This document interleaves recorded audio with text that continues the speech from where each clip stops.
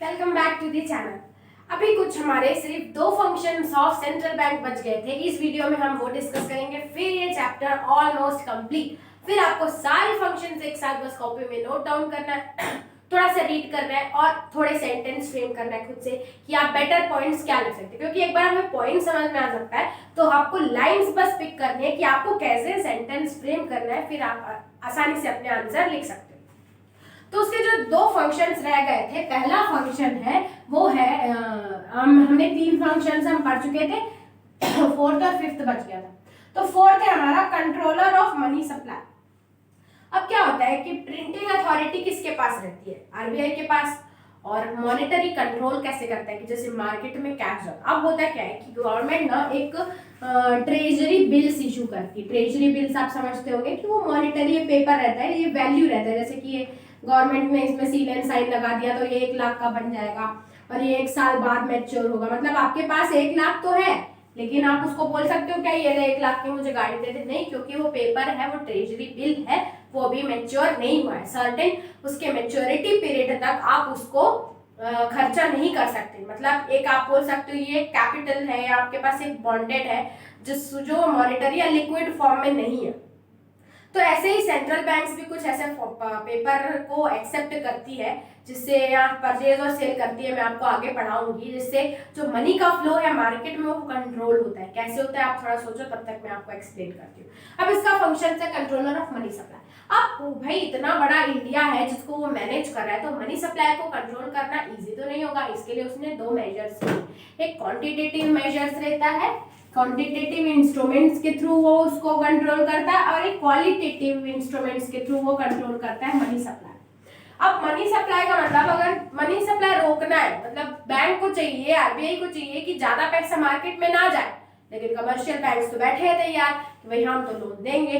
तो इसीलिए तो होता है ना, रेगुलेट करने के लिए कौन है? आरबीआई। अब ये कैसे रेगुलेट करता है वो देखते हैं हम लोग इसमें। तो दो मेजर, दो इंस्ट्रूमेंट्स के थ्रू वो कंट्रोल करता है। एक होता है क्वांटिटेटिव, दूसरा होता है क्वालिटेटिव।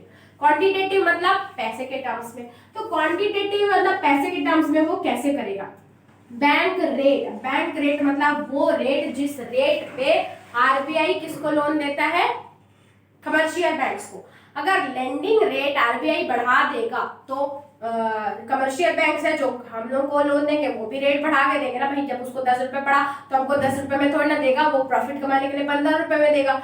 तो ऐसे करने के लिए अगर कंट्रोल करना है, मान लो अगर बहुत ज्यादा पैसा हो गया मार्केट में, पैसा को कंट्रोल करना है, हमें देना नहीं है, तो बैंक क्या करेगी? आरबीआई रेट बढ़ा देगी। अब वो जो चार्ज करेगी कमर्शियल बैंक जो से पैसा लेने आएंगे, बोलेगी अब मैं तेरे को पहले 10 में देता था, मैं तुझे 15 में दूंगा, तो वो कम पैसे लेगी क्योंकि उसको महंगा पड़ रहा है ना। क्या पता आगे जाके पैसे की वैल्यू कम हो गई, मतलब रेट की वैल्यू कम हो गई, तो कम लेगा। कम लेगा तो वो कम लैंड करेगा, लैंड तो भी करे, लेकिन रेट बढ़ देगा तो ज्यादा लोग लेने नहीं आएंगे। इसीलिए क्या होगा? मनी सप्लाई कंट्रोल होगा। थोड़ा सोचना है इस बारे में।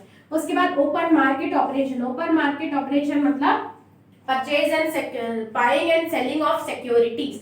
जैसे कि मैंने बताया था ना कि एक पेपर वैल्यू में गवर्नमेंट इशू करती है, ट्रेजरी बिल्स या सिक्योरिटीज रहते हैं, ठीक है। ये बॉन्ड स्टॉक रहते हैं, स्टॉक एक्सचेंज, ये पेपर में रहते हैं। फॉर एग्जाम्पल मार्केट, मेरे पास अभी 1 लाख रुपए कैश है, मेरे पास परचेजिंग पावर है, मैं मार्केट में जाके बहुत सारा खर्चा कर सकती हूँ। लेकिन यही पैसा मैंने आरबीआई को दिया और आरबीआई से मैंने क्या ले लिया? ये ट्रेजरी बिल ले लिया, मतलब एक स्टॉक ले लिया उससे, या पेपर करेंसी ले ली। अब क्या मेरे पास परचेजिंग पावर होगा? भाई वो तो अगले साल मैच्योर होगा ना। अब तो वो कोई पेपर तो मुझसे कोई लेगा भी नहीं क्योंकि वो मेरे नाम का, वो अगले साल मैच्योर होगा, तो कोई अगले साल तक वेट करना नहीं चाहिए। मतलब अगर मार्केट में पैसा ज्यादा है, आरबीआई उसको पैसे को कंट्रोल करने के लिए, कैश ज्यादा है मार्केट में, तो हमसे कैश लेगी। इसका मतलब वो सिक्योरिटीज को क्या करेगी? सेल करेगी।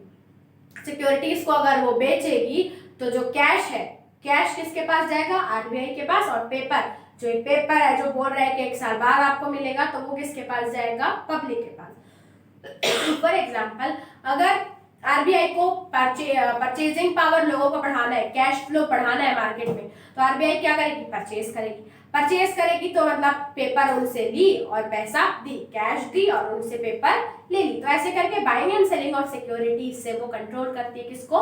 मनी फ्लो को। उसके बाद है लीगल रिजर्व रेशो। कल मैंने आपको शायद पढ़ाया था कि 2 रेशो होते हैं, एक होता है कैश रिजर्व रेशो और एक होता है स्टैट्यूटरी लिक्विडिटी रेशो, ठीक है, SLR, स्टैट्यूटरी लिक्विडिटी रेशो।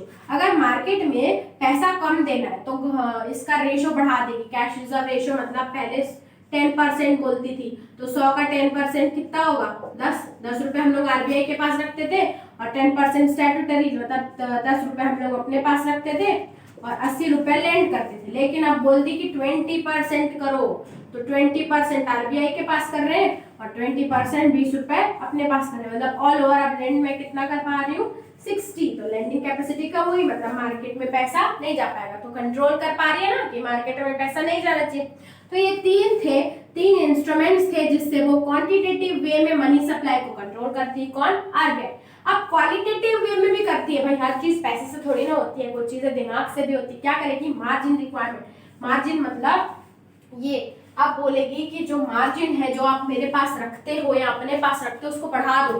पहले मैं जो मेरे पास 100 का डिपॉजिट आता था मैं 20 रुपए रखती थी, 80 रुपए फिर से लैंड करती थी, तो मैं ज्यादा पैसा क्रिएट कर पाती थी। लेकिन अब मार्जिन RBI बोलेगी सेंट्रल कमर्शियल बैंक्स को कि अब आप लोग 40 रुपए रखो, तो 60 रुपीज में ज्यादा पैसा बाहर भी चले जाएगा। और अगर मान लो मार्केट में पैसा बढ़ाना है तो वो मार्जिन को वो कम कर देंगे, बोलेगी तुम 5 रुपए रखो, 95 रुपीज मार्केट में चलाओ। तो ऐसे वो कंट्रोल करते हैं।